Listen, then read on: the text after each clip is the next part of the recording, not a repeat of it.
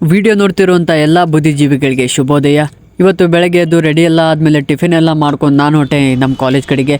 ಇವತ್ತು third internal chemistry ಬರಿಬೇಕಾಗುತ್ತೆ. So ಹೊಟ್ಟೆ ಅಂತೂ ಇಂತೂ ಕಾಲೇಜ್ ಕಡೆಗೆ ಬಂದುಬಿಟ್ಟೆ. ಹಾಗೆ ಬ್ಲಾಕ್ ಹತ್ರ ಹೋಗೋಣ ಅಂತ ನಾನು ಬಂದರೆ ಎಲ್ಲರೂ ನನಗಿಂತ ಮುಂಚೆನೇ ಬಂದವ್ರೆ. ಒಳಗೆ ಕರಿತವ್ರೆ. ಎಕ್ಸಾಮ್ ಆದಮೇಲೆ ಮತ್ತೆ ಸಿಗೋಣ.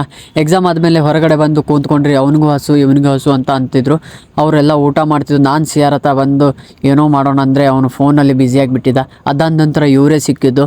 ಅವ್ನು ತೋರಿಸಿದ ಅವ್ನು ಏನೋ ಕೆರಿತಾವನೆ. ಇವನು ಮತ್ತೆ ಸ್ಟೈಲ್ ತೋರಿಸ್ಬಿಟ್ಟ ಪ್ರತಿಯೊಂದು ವಿಡಿಯೋದಲ್ಲಿ. ಇವನು ಏನೋ ಕೊಟ್ಟು ಎಕ್ಸ್ಪ್ಲೇನ್ ಮಾಡಂತ ಹೇಳ್ತಾವನೆ. ಏನು ಹೇಳ್ತಾವನೋ ಏನು ಕೇಳ್ತಾವನೋ ಗೊತ್ತಾಗ್ತಿಲ್ಲ ನಂಗಂತರು. ನೆಕ್ಸ್ಟ್ ಎಕ್ಸಾಮ್ ಟಿಕ್ ಇತ್ತು. ಯಾರ ಹತ್ರನೂ ಓ ಎ ಮಾರ್ಕ್ ಶೀಟ್ ಇರಲಿಲ್ಲ. ಅವನ ಕಡೆಯಿಂದ ಓ ಎ ಮಾರ್ಕ್ ಶೀಟ್ ಇಸ್ಕೊಂಡು ನಾನು ಹೊಟ್ಟೆ ಮತ್ತೆ ನಮ್ಮ ಎಕ್ಸಾಮ್ ಬ್ಲಾಕ್ ಹತ್ರ.